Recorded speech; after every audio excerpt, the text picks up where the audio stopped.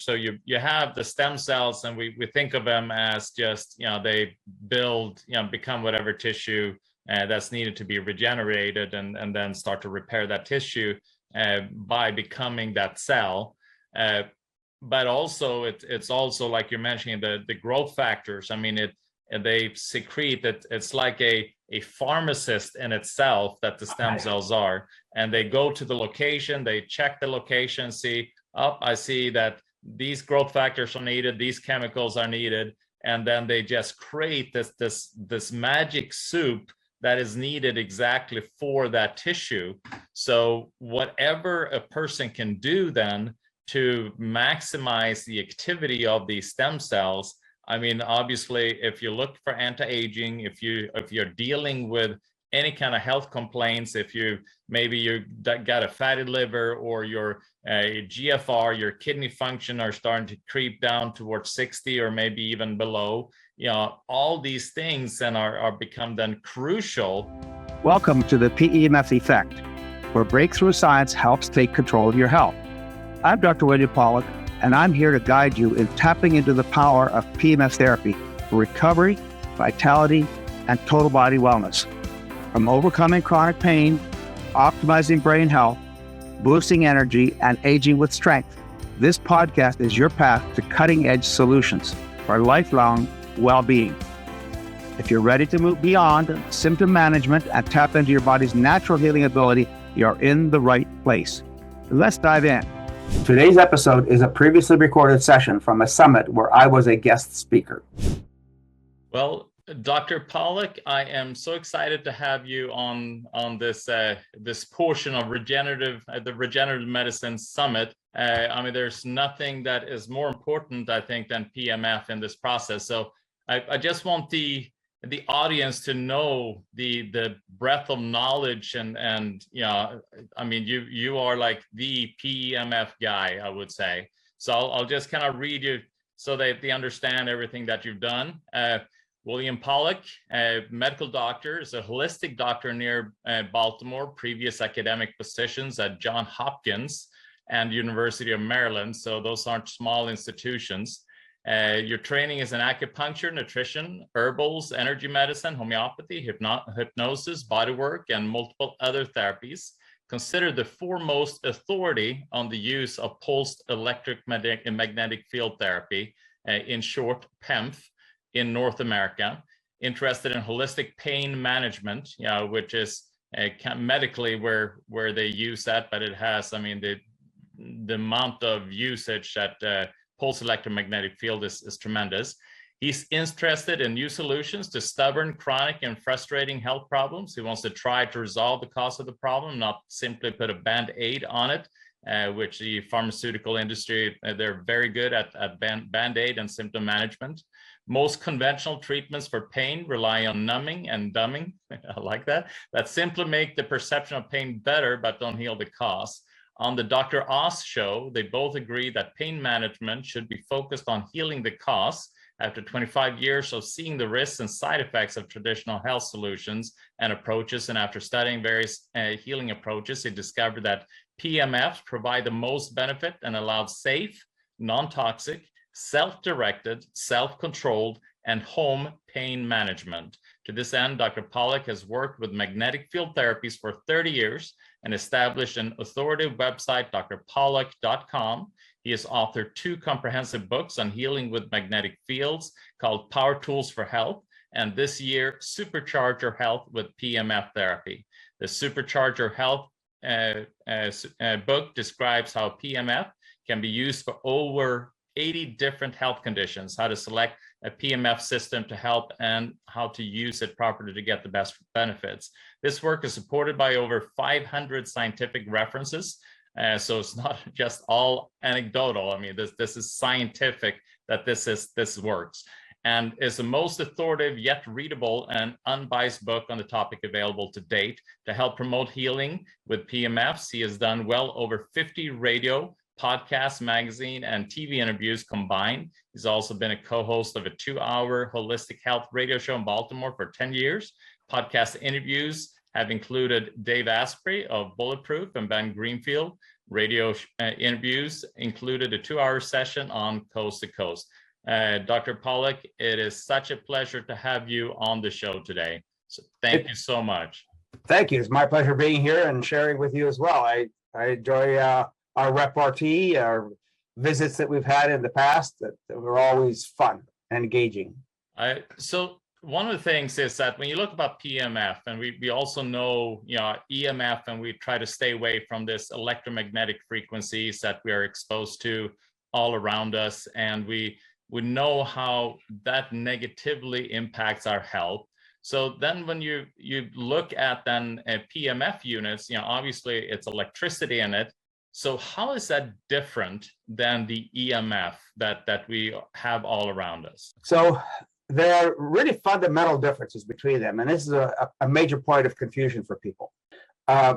We talk about open loop and closed loop. So when you do, let's say, Wi-Fi, or you do microwaves, which is where the biggest source that we're most concerned about, they're broadcast into the environment, just like radio waves and television waves and radar. So microwaves are broadcast into the environment. They're around us all the time.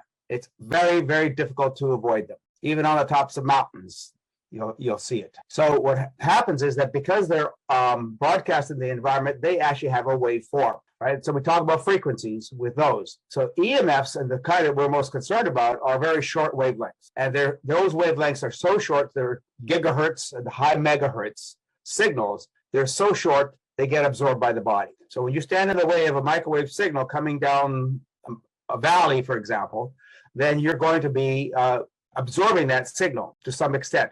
That's the principle behind a microwave oven, right? And when you absorb a microwave signal, what you're doing is you're heating tissue. And that's the danger. That's where the danger comes in. Now, if you have a router next to the office, if you have a smart meter, they're all broadcasting in the environment. So they're what we call, again, open loop. They don't come back to the source. A PEMF signal, pulsed electromagnetic field signal, is delivered in a coil conducting current. So my thumb, for example, is the coil. There's the electric current flowing down that thumb. And then opposite to that is a magnetic field. So the magnetic field is perpendicular to the flow of the current. And as the current flows through, it pulses. And it's pulsed on purpose at different rates. Pulse rates, we call them. Some people use the word hertz, which we don't really like to use. We prefer pulse. So what happens is the magnetic field goes out and collapses. Out and collapse. It never leaves the source. It goes out, but it doesn't leave the source. It's tethered to the current. So that's called a closed loop. That's extraordinarily safe because it's not going out into the environment, and you're not talking typically about microwaves. So there's a huge difference then between PEMFs and EMFs. The EMFs we're concerned about are the PEMFs that are designed for therapeutic purposes. So the microcurrent, then, I mean, you talk about it's heating the tissue, so, and obviously the stronger it is, the more heat it will have, I would assume, and also the faster it vibrates, the more heat it would generate. I mean, the faster the frequency. So what kind of, because that is, in addition to the heat, there are other damaging effects on the tissue as well, right? It can impact your genetics, it can impact your mitochondria, it can impact, there's so many damaging effects and of that aspect. Well, they are, and that's the problem is it's hard to separate out the heat component from any other disruptive component of the waves that are introduced into the body. So the heating component is probably one of the most important. When you hold a cell phone to your ear, you see this, I see this regularly. You hold the cell phone to the ear, the ear becomes red, right? You pull the cell phone away and you can see the redness of the ear. And it could take an hour or 2 hours for the ear to dissipate, that redness to go away. Now, the opposite ear will also turn red, not because the microwaves are going through the head, because they don't. They're absorbed very shallow way. So the other ear heats up too by reflex responses. So if I heat my hand, put my hand over a hot stove, it'll turn red in response to the heat. My other hand will turn red too, not to the same extent as the hand directly to the heat, because the heat then causes all kinds of biochemical changes in the hand, including the circulation, which then goes through the rest of the body and affects the rest of the tissues.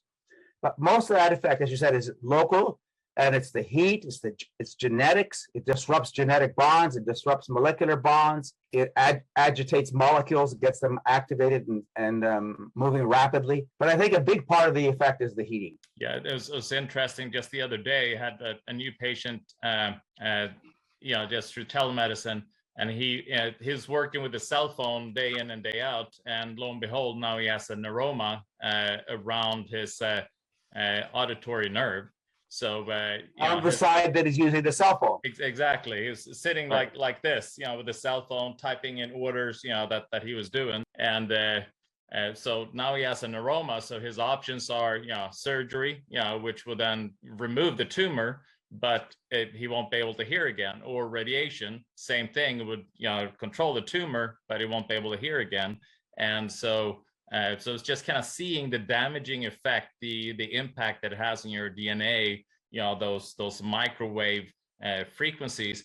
But then looking then at that PEMF, is that something that can correct that, or how is that beneficial?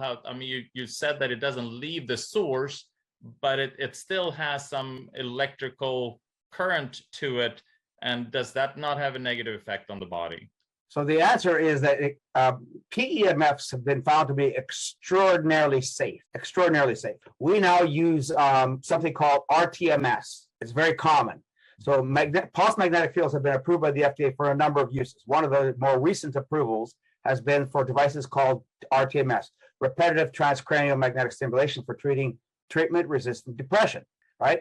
These are high-powered magnetic fields, 8,000 Gauss, 6,000 Gauss, applied to the brain. And so what happens is what they actually do is they put the coil right over the motor cortex, the part of the motor cortex that controls the thumb or the hand on the other side.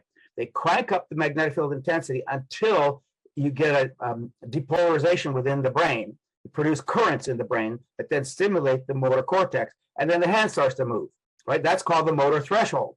Then what they'll do is they'll take the coil and put the coil over the front of the forehead at 20% to 50% above the motor threshold to treat depression. This was originally developed as a replacement for ECT, electroconvulsive therapy. So it's considered very safe. And literally hundreds of millions of people have been now treated using these high-intensity magnetic fields with almost no consequence. In fact, in my book, Power Tools for Health, I talk about the safety of PEMFs, including the safety of high-intensity magnetic fields to the brain. So they are extraordinarily safe. One of the reasons they are is because the wavelengths are too long. They're not really wavelengths, right? It's a pulse. It's not a wavelength. And so the wavelengths are the ones that cause the damage, especially the very short wavelengths. So the pulse is a whole different ballgame when it comes to what it does in the body. So if you lay on the mats and all these different devices, because that is obviously common concern. So I just want to kind of make people understand that there's no kind of EMF danger because of there's this pulse that's taking place, and the wavelengths are much longer, so you don't have that heating element, and you're just activating cellular functions within the body. But when I was the vice president for medical affairs, or for the vice president basically medical affairs for the North American Academy of Magnetic Field Therapy, which is long gone. But we used to have meetings every year, and we would have discussions with physicists and engineers and doctors and physiologists about EMFs and PEMFs and the differences in terms of what they do. Again, the consensus, clearly the consensus is that PEMFs are safe. Oh, I love it. So what does EMF do in the body? I'm not EMF. What does PEMF do in the body? What are some of the regenerative aspects that PEMF do in the body, because it's something that we should use on a daily basis, and it's really beneficial for anti-aging, for regeneration of any kind of tissue. Absolutely. So the principle behind the way PEMFs work in the body is that you have a pulse. So it's a magnetic pulse, and that magnetic pulse goes up very rapidly. And as it's going up from 0 to the maximum intensity, it actually creates charge in the body. That's Faraday's law. It's the induction of current in the body. So we actually induce currents, we induce charge, increased charge in the body with that. Every single pulse does that.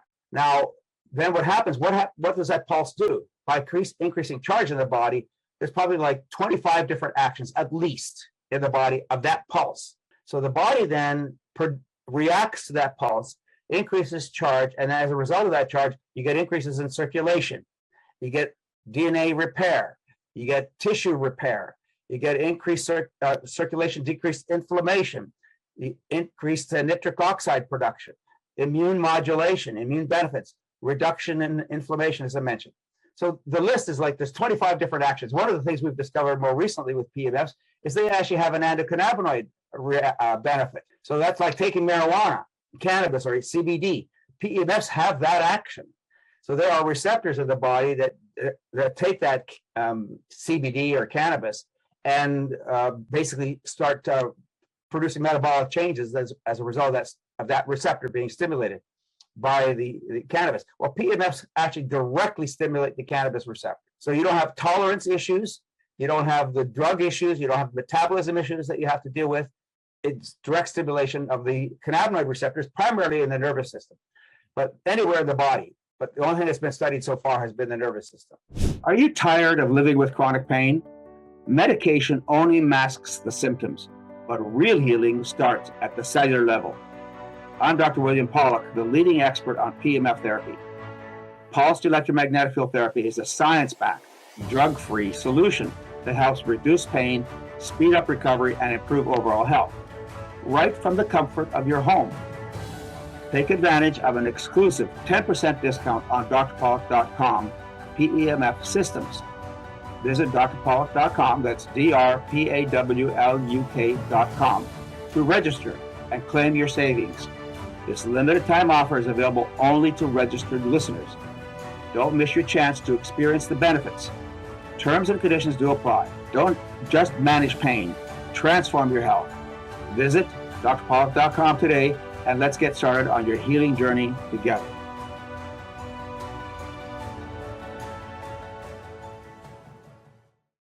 And so looking at aging, for instance, I mean, you just mentioned all the different things that would prevent rapid aging and will slow that down. I mean, talking about circulation, immune modulation and inflammatory, and then obviously energy production within the cells. I mean, all of those things are huge when you want to reduce aging and be vital. When you deal with aches and pains all over the place, your brain is not functioning the way that it used to, or your energy is not at the same optimal level. So including PEMF, that would kind of maximize your anti-aging potential. Totally. In fact, actually, if you don't mind, if I can share a couple slides. Yeah, I would love to, please. So here's a slide that I want to show you about some of the effects of PEMFs, basically, what they do. One of the most important benefits of PEMFs, especially in terms of regenerative medicine, is the ability of a PEMF to reverse cell injury. So this comes from the cell injury model, which is in the standard textbooks of the cell and cell injury and so on. So anything that damages a cell, whether it's radiation or heat or cold or trauma, cutting it, burning it, anything that damages a cell causes a certain sequence of changes in the cell that are damaged, and we'll go into that in a second. So at one stage, you have what's called reversible cell injury. If the cell is not damaged to a point of death, then basically the changes can be reversed. And as the cell becomes more and more damaged, cell function decreases until it gets to a point where it becomes irreversible. Now, you and I, as doctors, we know that as the injury progresses, you get to a point where you can actually see the damage. You can see the burn, you can see the cut, etc.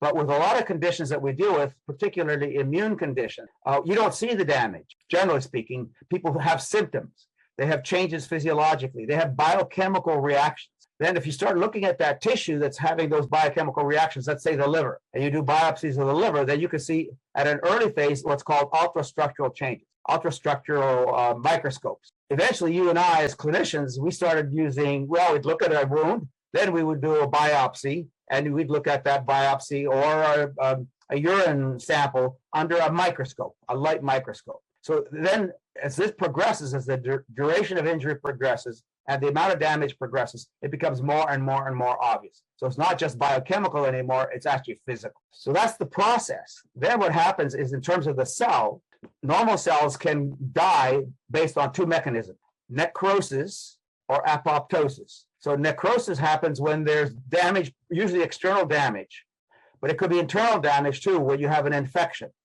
Then you have swelling of the cells and membrane blobs, etc. And then as that progresses, then you get necrosis. The cell dies and breaks apart.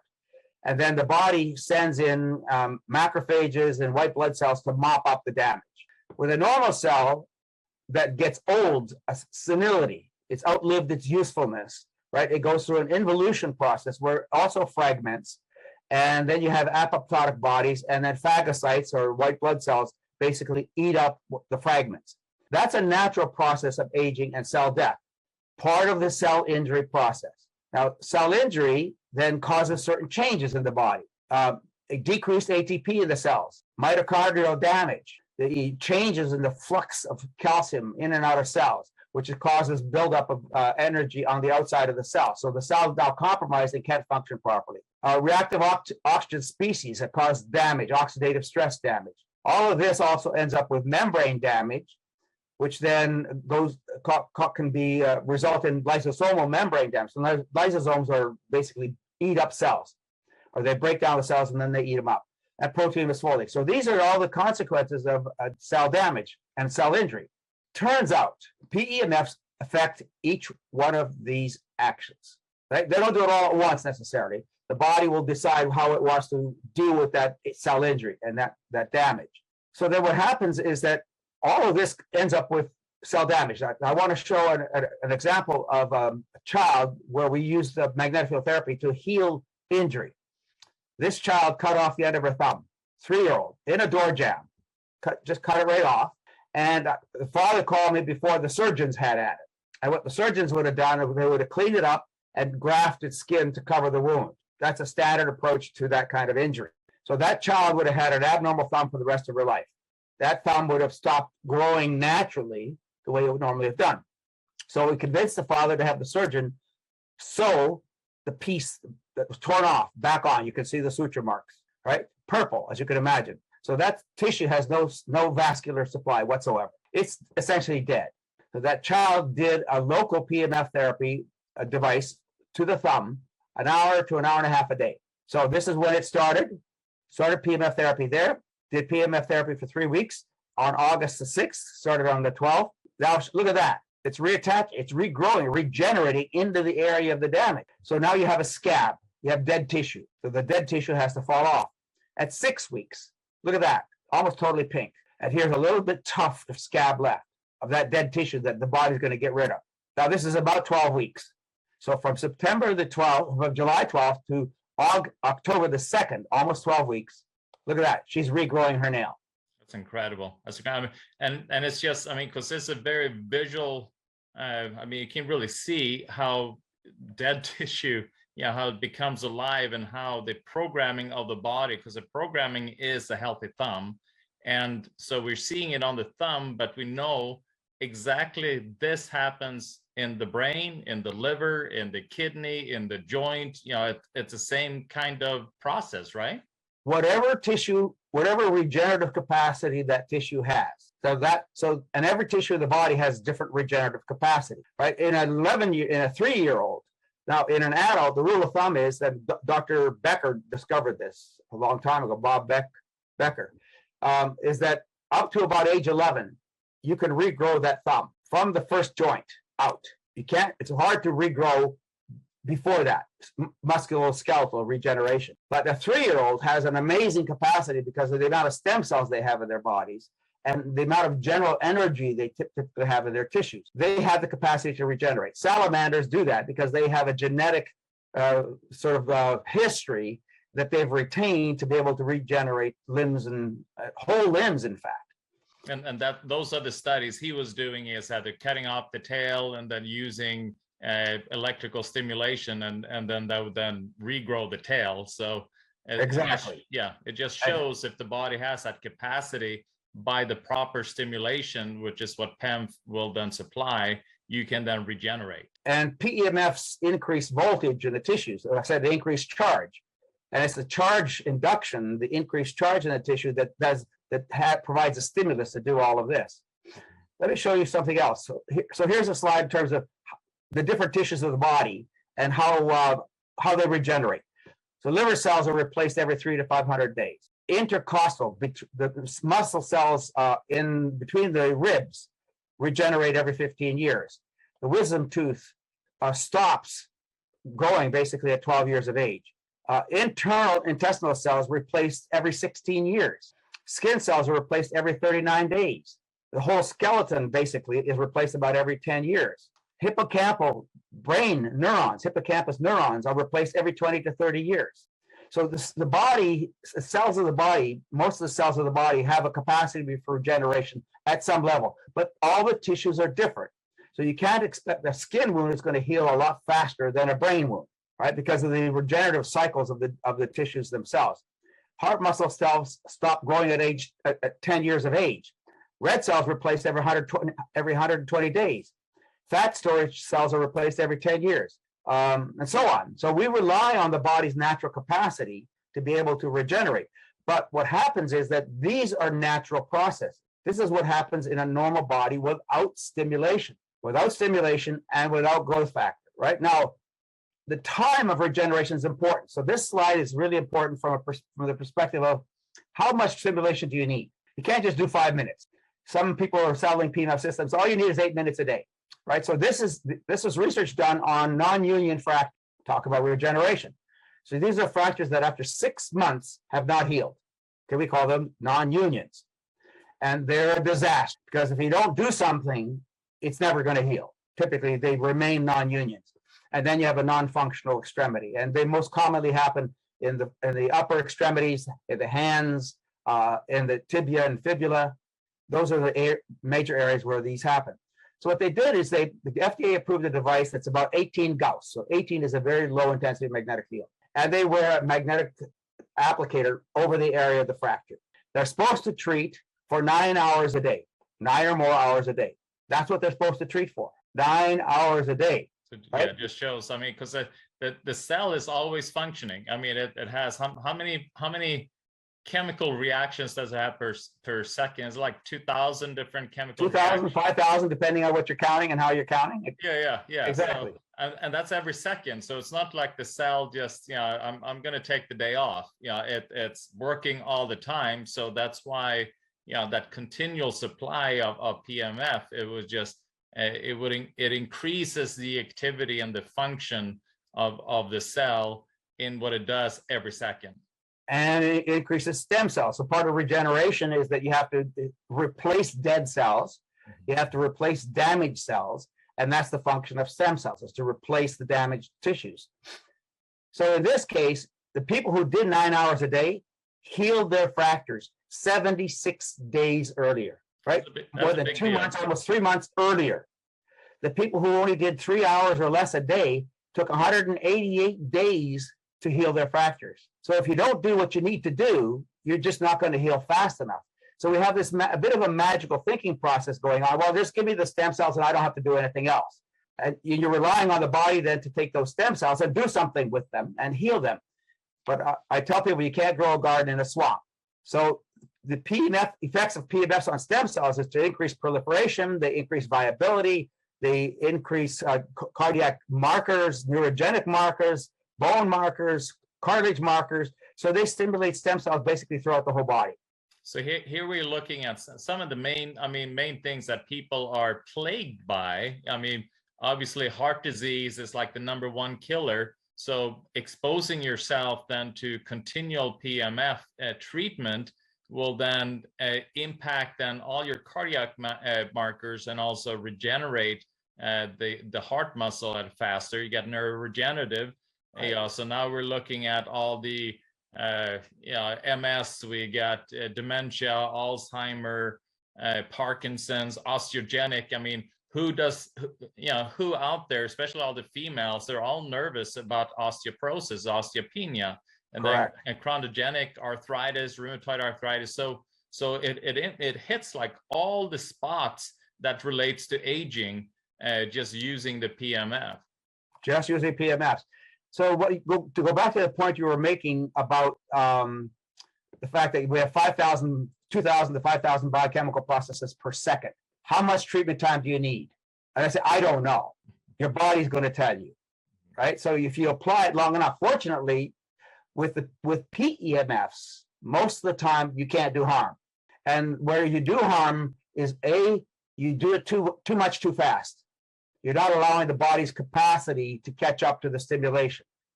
Or B, you got equipment in your body that's at risk with the magnetic field stimulation. So beyond that, it's almost impossible to do damage in the body.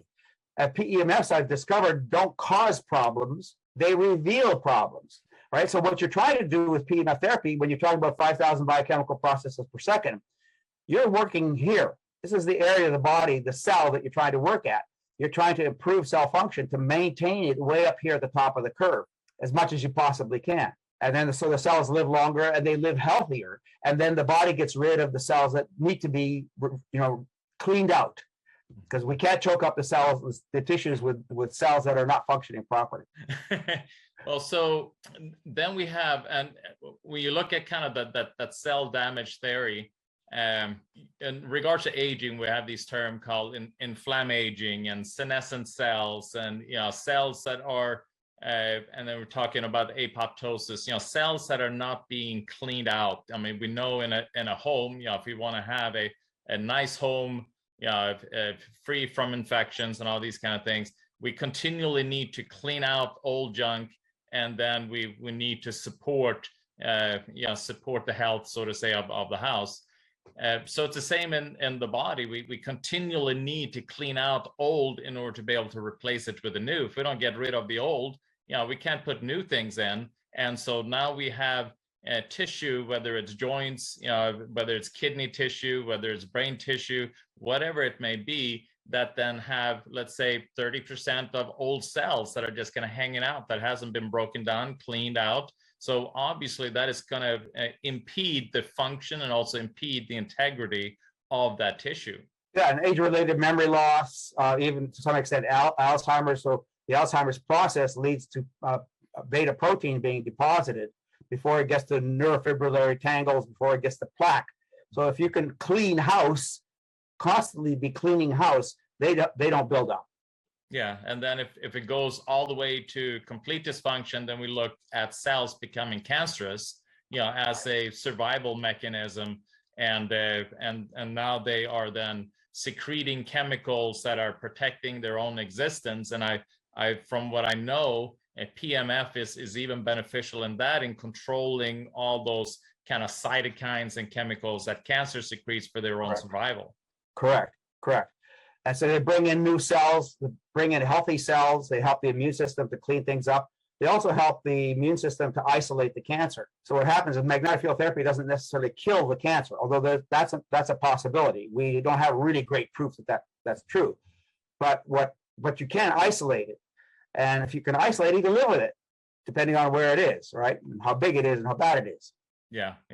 And at the core of all the kind of anti-aging and energy, you're looking at the mitochondria, and there you have the electron transport chain, and that we depend then on the flow of electrons, and so obviously if we then support using PEMF, we can then support that flow, which will increase the energy within the cell so that the cell can repair better. And we also know that the mitochondria holds a lot of the cell death switch to see if this cell is too old, let's flip the switch, let's kill it off, or this cell is salvageable, and then it would have the energy to be able to regenerate and repair. And so PMF can support that as well. Well, one of the questions that would be asked by what you're just saying is that can magnetic field therapy actually increase cancer production in the body? And the research is showing that PEMFs do not initiate cancer process. The only thing that a PEMF might be able to do to a cancer is by increasing blood supply, usually temporarily, because if you start moving circulation anywhere in the body, the cancer cells need significant amounts of blood supply. But what happens is that blood supply actually floods the cancer cells with reactive oxygen. So in its own way, it's stunning the cancer, even though you're increasing circulation. But temporarily, cancers can grow slightly because of the increased vascular supply. But then as you keep doing the stimulation, then it begins to involute. And I know the mitochondria, since it is dysfunctional in the cancer, it only operates within a very narrow band. Right. So if you push then the mitochondria and activate, so it works harder, then it starts to leak out a lot of reactive oxygen species into the cell to cause then cell death. So to kind of trigger the death of that cancer cell. So yeah, at the end of the day, it helps to support the body clear out cancer cells. Well, and since magnetic fields have so many different actions, what happens is I tell people, I can't decide what those actions are going to be. No. I can't decide whether it's going to be circulation. I can't decide whether it's oxidative, increasing oxygen species, or inflammation reduction, or ATP production. The body decides. I give the body a stimulus. All I'm doing is giving the body a neutral stimulus, and then the body takes from it and does with it what it wants. And to the point where you're talking about low and slow, so what we're doing with PEMF is that we're turning on a lot of processes, within the body. We give the body energy, it gets energy and it starts to clean out closets, and bring it all these toxins and heavy metals and things, start to try to move these things. Yeah. And if you give the body too much energy, all of a sudden, you flood it with a lot of processes that the body kicks in, maybe too much chemicals, maybe the immune system is becoming too active, going after Lyme disease or whatever it may be. So that's why it's good to kind of gradually increase and see how the body's responding. Right. I usually use the analogy of athletic training. You don't get off the couch and run a marathon tomorrow. You have to train. So what we're doing with the body is we're pushing the body. We're essentially training the body how it should act with more energy. So I've been energy deficient for so long, I don't know what to do. I'm functioning at the level of low energy, right? So now I've got more energy. What do I do with this energy, right? And then the cells decide over time. And then we retrain those cells because now they have more energy. They can do a lot more and then optimize their function. And expand a little bit on, you used the term you can't grow a garden in a swamp. I know with PEMF, you're bringing in energy, but I would assume also you need to support a lot of the liver, the kidneys, all the detox processes. I would assume also you would need to bring in electrolytes because you need to have something to act on with the PEMF. So can you expand a little bit more on that? Well, let's use the analogy of a swamp. Yeah. Right? You're going to clear the swamp and you're going to try to grow corn. So what do you have to do? You have to drain the swamp, right? But now you're going to have to plant, but you're going to have to get rid of the weeds. You're going to have to do take a lot of other steps before finally you can start growing a crop in that swamp, in that what used to be a swamp. Well, in the body, the swamp is edema, inflammation, right? All those are the elements of a swamp. Lack of blood supply. So in other words, lack of circulation, lack of flowing water. It's stagnant water. And it's growing bacteria, it's growing viruses and fungi and molds and so on. So once you start to clear the swamp, once you start to get the tissues more normal, now stem cells can go in and do their job. Because if I put stem cells into a swamp, if I put stem cells into an area of inflammation, one of the functions that stem cells can have is to clear inflammation. But then they've done their job. They're not there then to do what you really want them to do, which is to heal the tissue. So once you start removing the swamp, then you start growing. So magnetic field therapy then increases the proliferation first of the stem cells. So they now grow, and then they differentiate better.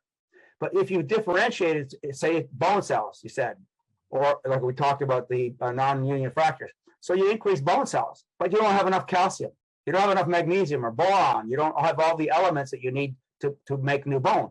So then what PEMFs do then is not only increase the stem cells, but then they bring in the nutrients to make new bone. So that bone then becomes hardier and survives, and it will live longer. We've seen this with PEMF therapy with stem cells for the heart, cardiogenic stem cells.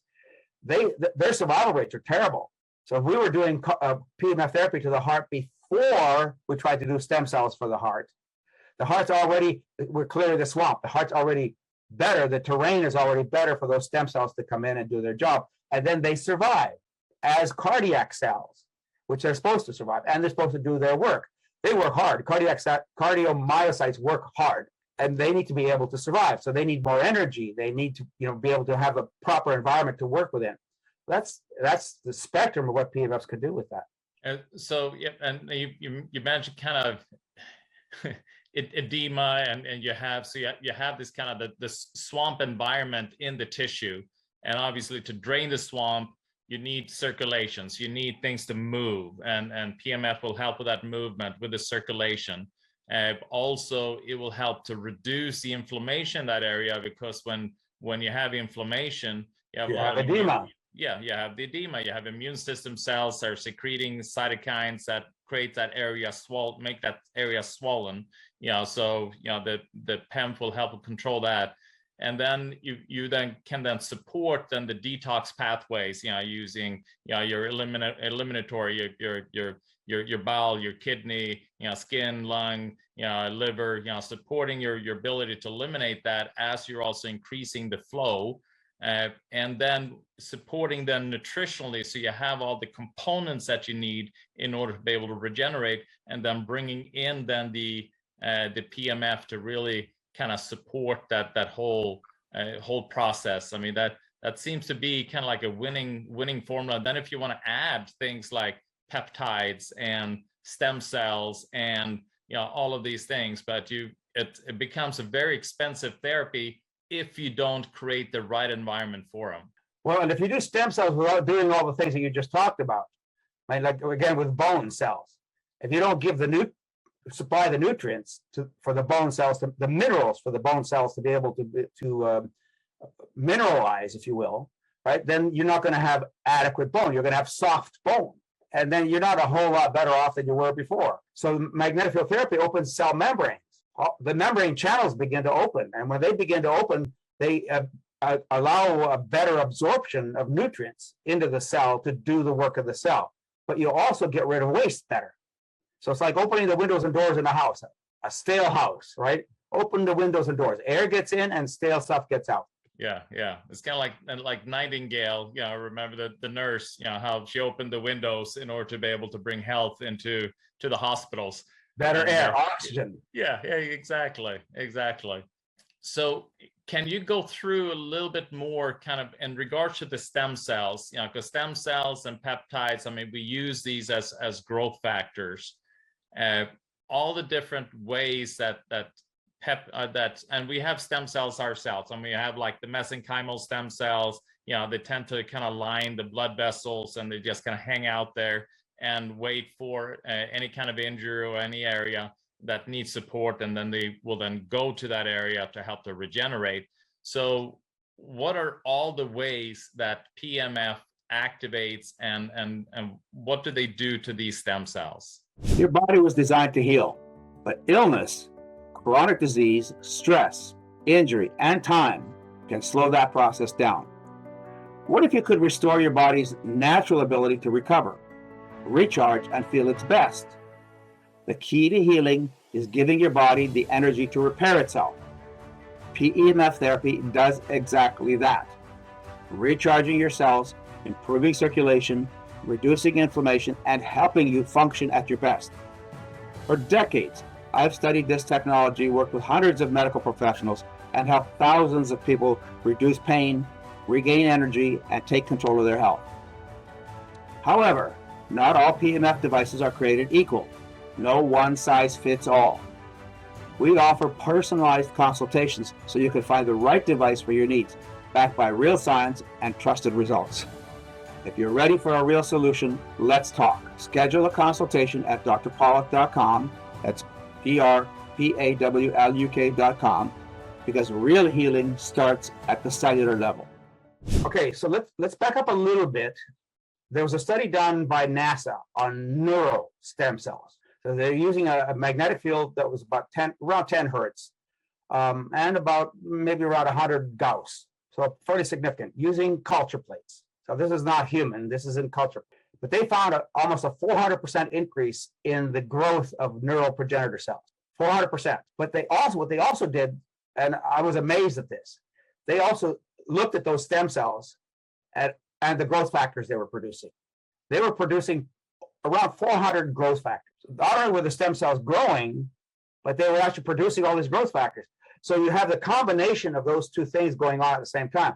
You can grow all the stem cells you want, but if you don't have the growth factors to support them, and then in regenerative medicine, we supply growth factors as well to help the regeneration process work better. Well, PEMF stimulate tons of growth factors at the same time as they're stimulating the stem cells. So again, the first thing you're doing is you're stimulating the body's capacity to make new stem cells, like for bone marrow. I had a situation where a woman was going to go and have a bone marrow stem cell harvest, and she had a couple of harvests before and had maybe 200,000 bone marrow stem cells harvested. She started doing magnetic field therapy, whole body magnetic field therapy, 2 million stem cells harvested. So not with a whole lot of magnetic field therapy, all of a sudden the bone marrow kicks in and starts to produce all these stem cells. So the same thing happens in the skin, the same thing can happen in the brain, although the brain tends to do it a lot more slowly than other parts of the body. So we're not only stimulating them from being produced by wherever tissue is being stimulated, and that's the value and the benefit of whole body stimulation, because then you're activating stem cells through the whole body, not just one organ. So you increase the production, you increase the growth factors, and then you help to support the differentiation. So you're not only growing them, but they're also turning into the tissue that you want. So if you're trying to do bone, then you stimulate the bone. If you're trying to do liver, then you stimulate the liver. And those liver stem cells are going to differentiate better. The heart, the same thing. So you can target the therapy to the area where you want the stem cells to be regenerating and growing and becoming normal tissue.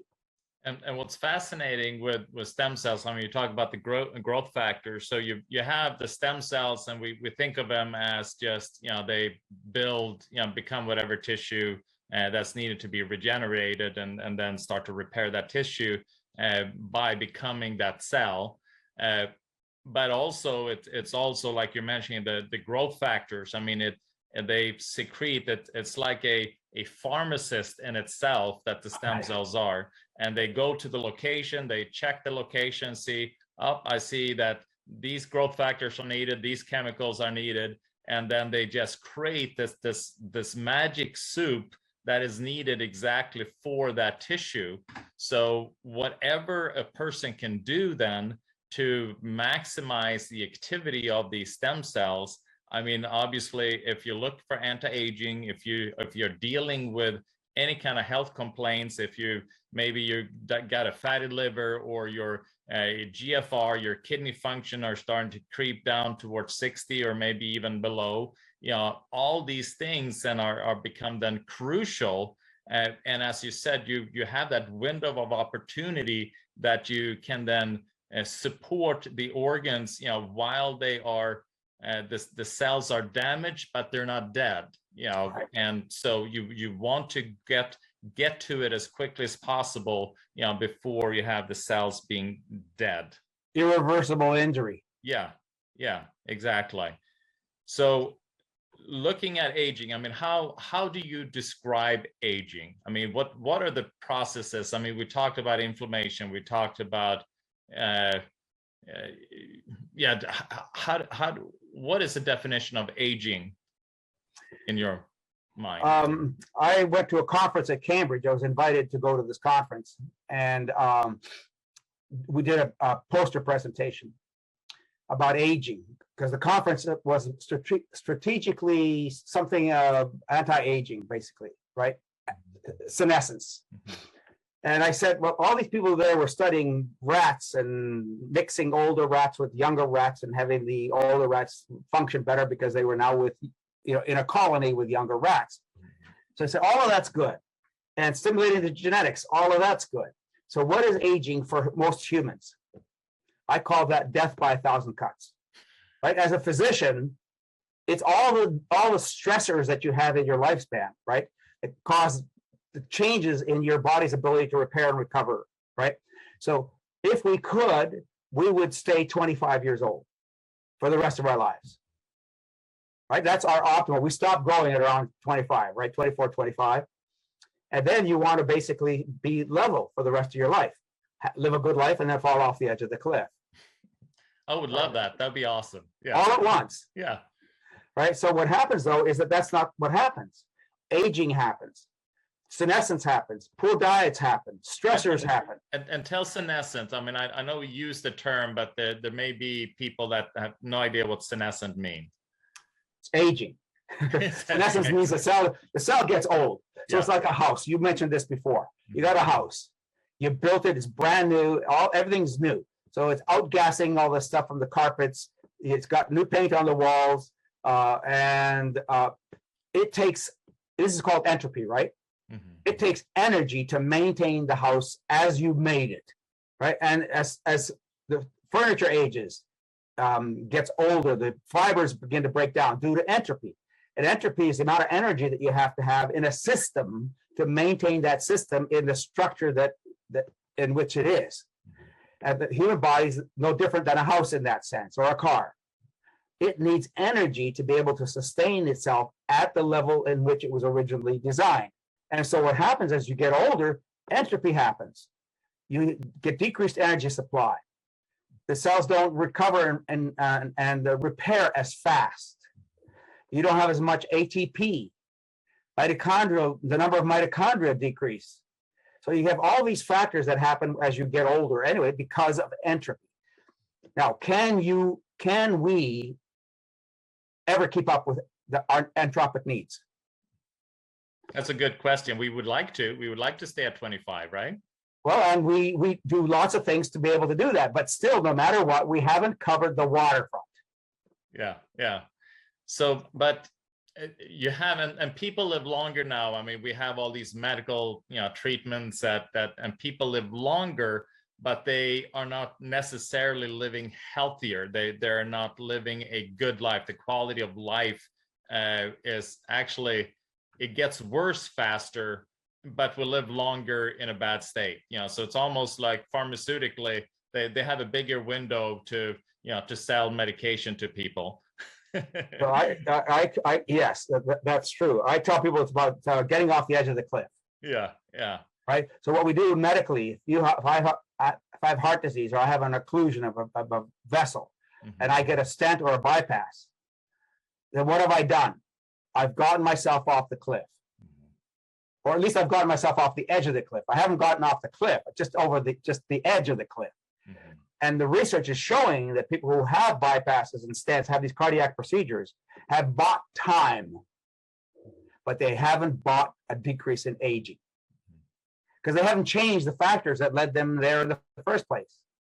So if you don't change those factors, and then not only do you have to change the factors so you don't keep going down that slope that you were on, you want to get that slope higher up, but you're not going to reverse the damage that you already caused. If you're already bone on bone, then all you have to do is find a way to live with it. But if you can get at that earlier, like we were talking about, where we can then stimulate the regeneration of the cartilage between the joints, and so even though you may not have arthritis, but then continually support the body, then you are obviously you're going to be away from that cliff. You're going to have a larger buffer zone, because a lot of these diseases, we look upon health, medically, they look upon it as absence of disease, right? Where we don't have symptoms, but in reality, health is optimum living, and that should be far away from diabetes or heart disease or arthritis or dementia or all these different things that relate, that we look upon as these are symptoms of aging. I totally agree with you. If we don't get ahead of the curve early with proper nutrition, with supplementation, well, and with PEMF therapy. But when should a person start doing PEMF therapy? When they're born. I disagree with you. Oh, but before they're born. I disagree with that too. I will agree with it, but not completely. Children don't normally need help. Although these days, I'm not so sure about that. I would have said that 30 years ago, that you probably don't need to help a fetus, or 30 years ago, you probably didn't really have to help a baby unless a baby had health problems, because their bodies are naturally trying to grow and keep up and repair whatever has to be repaired. But certainly around age 25, that's when we start aging for the average person. See, to me, because we live in such a different environment now than we did 50 years ago, 100 years ago, where we are dealing with so many stressors that interfere with normal cellular function. So even the baby, they're bathed with all these artificial EMF. They have cell towers outside. They have all these different things that are continually disrupting. And over 200 toxins are in their bodies when they're born. Yeah, exactly. So from my point of view, and people may disagree out there, I feel we need tools in order to be able to rebalance the electromagnetic charge and DNA function and the pulses that takes place. The ion, the transport of calcium, through the ion channels, the calcium channels, the sodium potassium pumps that happens along the cell wall membrane. All of these things are impacted by all the artificial EMF and cell towers. So to have a tool around you that you kind of rebalance the system, to me that should be done like ASAP. And you have to have the right magnetic equipment. Yeah. So here's the problem that people run into. Most people make their purchasing decisions based on price, or a salesperson. So we know a lot of people will pay $6,000 for a 1 Gauss machine. We now know that the adenosine receptor is one of the ways that we deal with inflammation in the body. And it's the adenosine receptor on the neutrophil. And research is showing that the optimal magnetic field intensity at the adenosine receptor is 15 Gauss. 15 Gauss. 1.5. Yeah. Optimal. But that's at the receptor.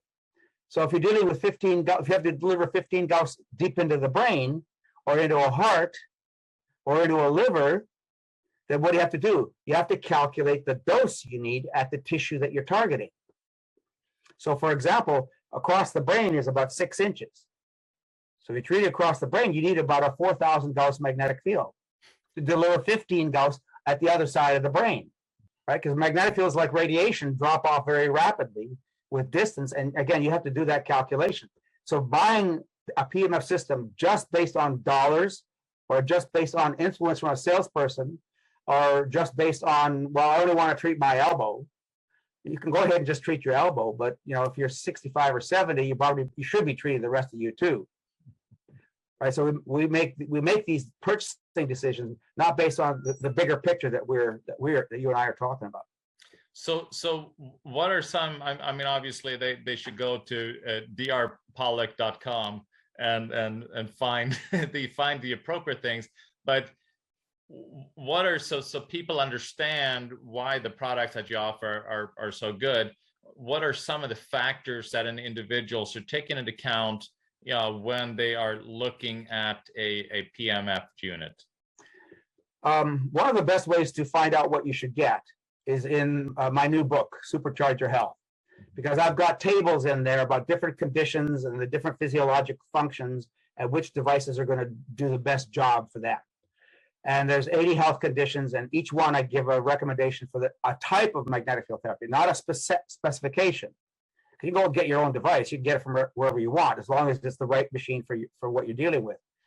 So generally speaking, everybody should be doing whole body, right? Because we're talking about whole body regeneration, whole body entropy, anti-entropy therapy, whole body stimulation of stem cells, etc. So then you need the right piece of equipment, and a minimum of 15 Gauss, minimum of 15 Gauss. And then again, based on what you've got and what you're dealing with, you probably need to have more.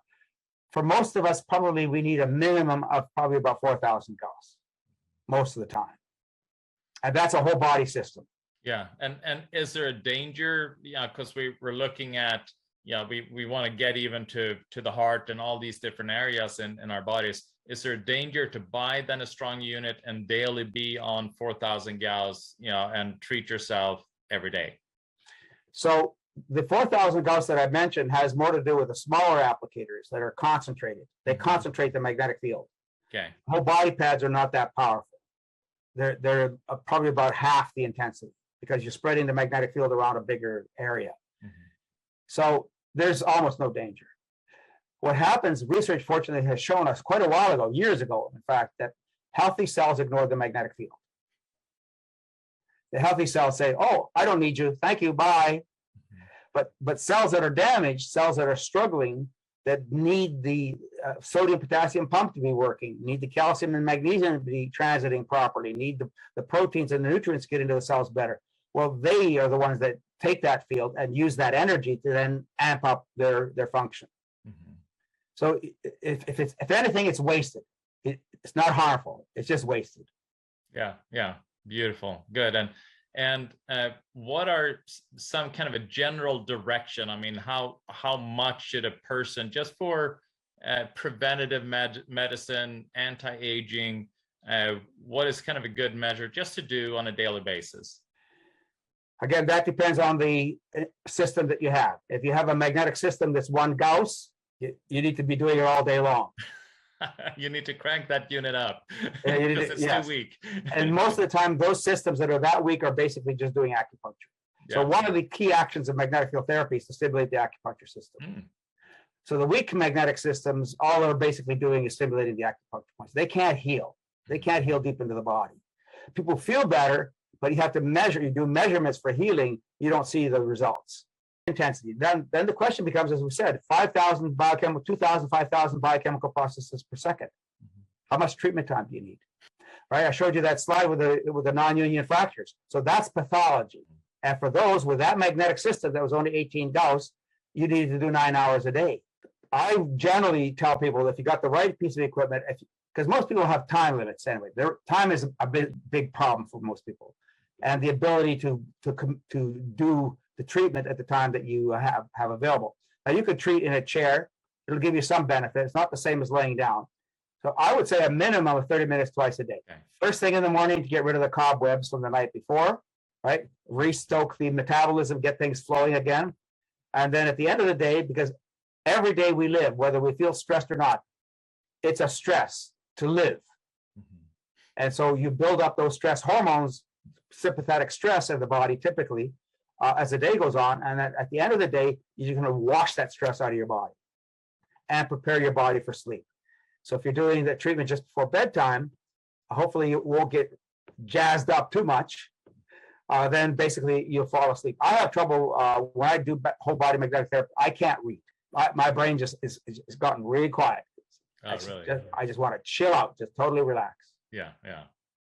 And I would assume if a person, when they do this half an hour twice a day, to maybe, drink some electrolytes and some water, and before, to really hydrate the cells to maximize the impact then of the treatment.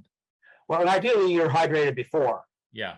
So I mean, it's hard to hydrate at the time that you're doing magnetic therapy, right? Because that water has to get into the cells, has to be absorbed, has to be moved out through the circulation, and has to go through the kidneys and has to go someplace. So hydration should be happening, I think, basically as a whole day process. So at the very least, maybe an hour before you do magnetic field therapy. If you're going to only do it once a day, then do it an hour before. The same thing with food. So if you eat, that food has to be broken down and metabolized, brought into the system, get into the cells, and then the cells can use it. Well, if you do magnetic field therapy right after you eat, you haven't had time to do all that. So ideally, you need an hour or 2 hours after you've eaten for all that food, that nutrition to benefit you, unless you do IV therapy. Yeah. So that's why I like at our center, IV therapy and the mat at the same time. That right. Well, Dr. Pawluk, it's such a pleasure always. I mean, you're such a wealth of knowledge, and it's such a powerful tools and powerful medicine that you're educating all this about. So, and thank you so much for taking this time. My pleasure. So I want to make one final comment. You mentioned at the very beginning in the bio information that my big focus is on pain. Yes. But the focus is not on pain. The focus is on healing, and that removes the pain. So if all I did is treat the pain, then it's going to come back, which is typically does with Band-Aids, right? Ibuprofen, etc. So we want to heal the cause, and this is where regenerative medicine comes in. We're trying to heal the tissue so the pain goes away and stays away. That's the goal: healing and regeneration. Yeah, exactly. And pain is the body's way of communicating that something is not healing appropriately. So just by taking a medication, to reduce the pain, the signal of the pain, doesn't take care. It's kind of like putting a little sticker on the dashboard, the red light in the car, and say, something's wrong with the car, and we put a little sticker over that red light, and now all of a sudden we don't feel the pain, we don't see the pain, but the reason for that alarm signal being there is still not gone. So the key, like you're mentioning, it's not band-aid therapy, it's not symptom management, but it is to really address the reason why the body is trying to let us know that something is wrong, which is what a pain signal is. And the symptom management has its own problem, right? 16,000 people a year die from non-steroidal anti-inflammatory gastric bleeding. 16,000. That's as many people as die from HIV. And I know that this is the very reason you started in this, seeing, people really need to understand the danger of pharmaceutical pain management and the importance to address the underlying reason for the pain being there. And here you have a tool that can do that. Properly said. Thank you. You're very welcome. Thanks so much, Dr. Pawluk. Oh, thank you. Have a great day, and all the best with your conference and summit. Thank you so much. Thanks for joining me on the PEMF Effect. I hope today's conversation gave you new tools, insights, and inspiration to take control of your health. If you enjoyed this episode, don't forget to subscribe, leave a review, and share it with someone who could benefit from PEMF therapy and holistic healing. Your body has the power to repair, recover, and thrive. Sometimes it just needs the right charge. Until next time, stay curious, stay proactive, and keep powering up to better health.